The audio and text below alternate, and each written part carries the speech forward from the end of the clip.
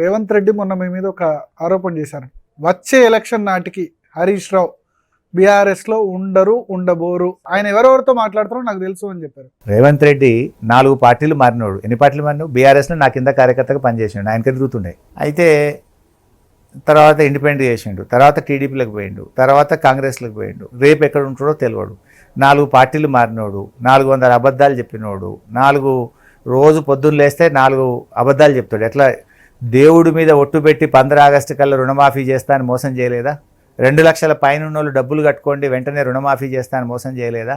నిన్నగాక మొన్న మా సిద్దిపేటకు వచ్చి ఈ 45 రోజుల్లో 9,000 కోట్లు రైతు బంధు డబ్బులు వేస్తున్నా అని చప్పట్లు కొట్టించుకున్నాడు.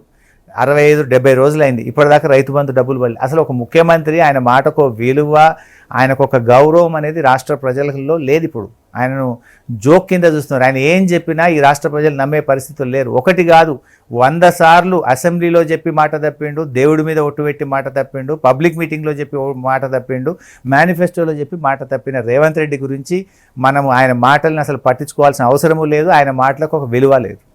అంటే హరీష్ రావు పుట్టింది బీఆర్ఎస్లోనే, ఇప్పటి వరకు ఉంది ఒకటే ఒక పార్టీ, కానీ ఎందుకు పదే ప్రతి సంవత్సరం కోసారి హరీష్ రావు పార్టీ మారుతాడని ఎందుకు వస్తుంది? లీడర్లను డ్యామేజ్ చేయడానికి కొంతమంది ప్రయత్నం చేస్తుంటారు. వాళ్ళకి నేనంటే భయం.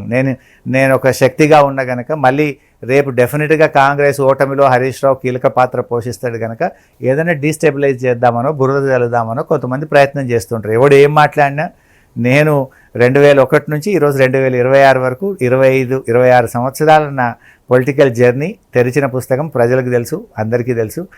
పార్లమెంట్లో మొన్న రీఆర్గనైజేషన్ డీలిమిటేషన్ బిల్లు ఓడిపోతేనేమో సపోర్ట్లు కొడతావు, పొద్దుగా లేచి బీజేపీ వాళ్ళ ఇంట్లో నువ్వు దావతులు చేస్తావు. నువ్వు ఒక పద్ధతి ఉందా పాడుందా నీకు? ఒకవైపు ఏమో బీజేపీ కాంగ్రెస్ నేతల ఇల్లు ముట్టడించండి అంటది, ఈ కాంగ్రెస్ నేతనేమో బీజేపీ వాళ్ళ ఇళ్ళలో పోయి విందులు దావతులు చేస్తుంటాడు. అసలు నీకు you don't have a credibility at all. నీకు అసలు నువ్వు మాట్లాడేదానికి నీకు పొంతనే లేదు. అందువల్ల ఆయన గురించి పట్టించుకోవాల్సిన అవసరం లేదు. బీజేపీ నుంచి చాలా ప్రెషర్ ఉంది హరీష్ రావు. ఏమీ లేవండి. ఒకటికి 100 సార్లు చెప్పిన నేను, ఇట్స్ క్లియర్, నో మోర్.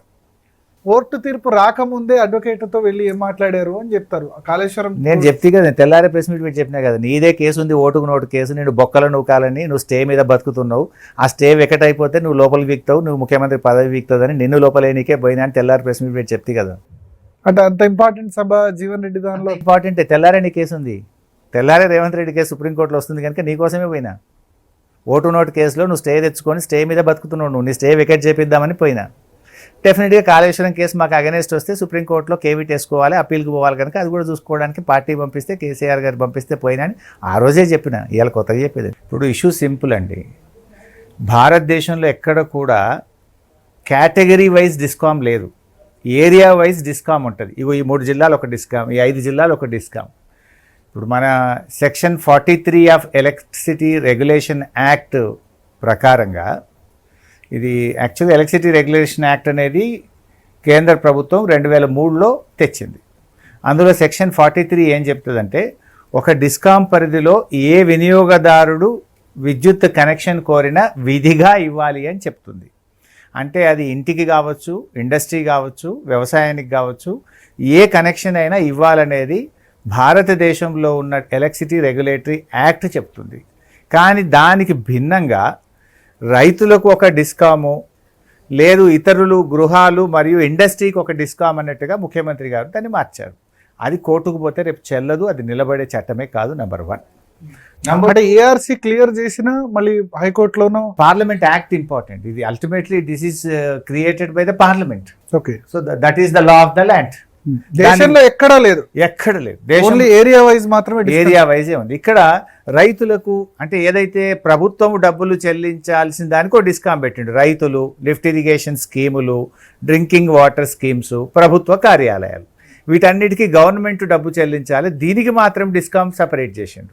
ఇక్కడ ఒక పాయింట్ ఆయన ఏమంటారంటే, నార్థన్ డిస్కమ్ సదర్న్ డిస్కంలో ఉండడం వల్ల ప్రభుత్వం చెల్లించట్లేదు డబ్బులు, కాబట్టి మాకు క్లియర్గా ఎంత ఉంది రైతుల నుంచి ఉచిత విద్యుత్కు లేకపోతే లిఫ్ట్ ఇరిగేషన్కు ఎంత క్లియర్గా అలొకేట్ అయితే మా ప్రభుత్వం చెల్లిస్తే, ఎందుకంటే 69,000 కోట్ల అప్పులు మీరు చేసి వెళ్ళారు.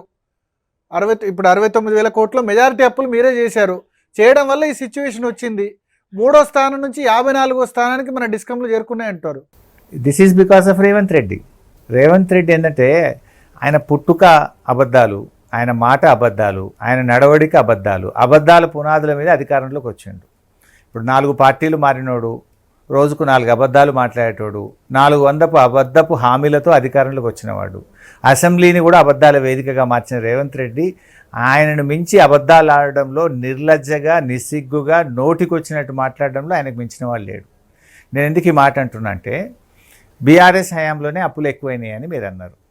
I'm challenging. మొన్న మీరే రైతు డిస్కాం ఏర్పడినప్పుడు రాష్ట్ర ప్రభుత్వం డిస్కాంలకు ఎంత చెల్లించాల్సి ఉంది అనేది మీరే మీ జీవోలోనే పెట్టినారు.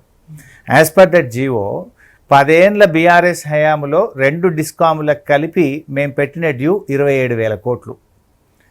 అందులో 2 కరోనా సంవత్సరాలు వచ్చి ఆర్థిక ఇబ్బంది వచ్చింది, అన్నీ కలిపి 27,000 కోట్లు. 2 ఏళ్ల రేవంత్ రెడ్డి ప్రభుత్వం డిస్కాంలకు పడ్డ బకాయి 25,280 కోట్లు. అంటే నువ్వు 2 ఏళ్లలోనే 25,280 కోట్లు చేసినావు. మా 10 ఏళ్లలో కలిపి 2 కరోనా సంవత్సరాలు కలిపి 27,000 కోట్లు. ఎవరు ఇప్పుడు బాకీ పడ్డారు? ఈయన కట్టుడు బానేసిండు, ₹1 కూడా కట్టలేడు. I'm challenging. నేను తెప్పిన తప్పైతే నేను రాజీనామాకు సిద్ధం. రేవంత్ 27,000 కోట్లు అంటే మీరు ప్రతి సంవత్సరం కొంత తెచ్చుకుంటూ వచ్చారు. ప్రతి సంవత్సరం ఇచ్చుకుంటూ వచ్చాము. ఆ 2 కరోనా సంవత్సరాలు కొంత ఎక్కువ డ్యూ అయింది. ఓవరాల్గా అంతా కలిపి 27,000 ఇన్ 10 years. మీరు 25,280 కోట్లు ఇన్ 2 years. అంటే దీన్ని బట్టి ఎవరు డిస్కామ్లను డిఫంక్ చేసిండ్రు నంబర్ 1.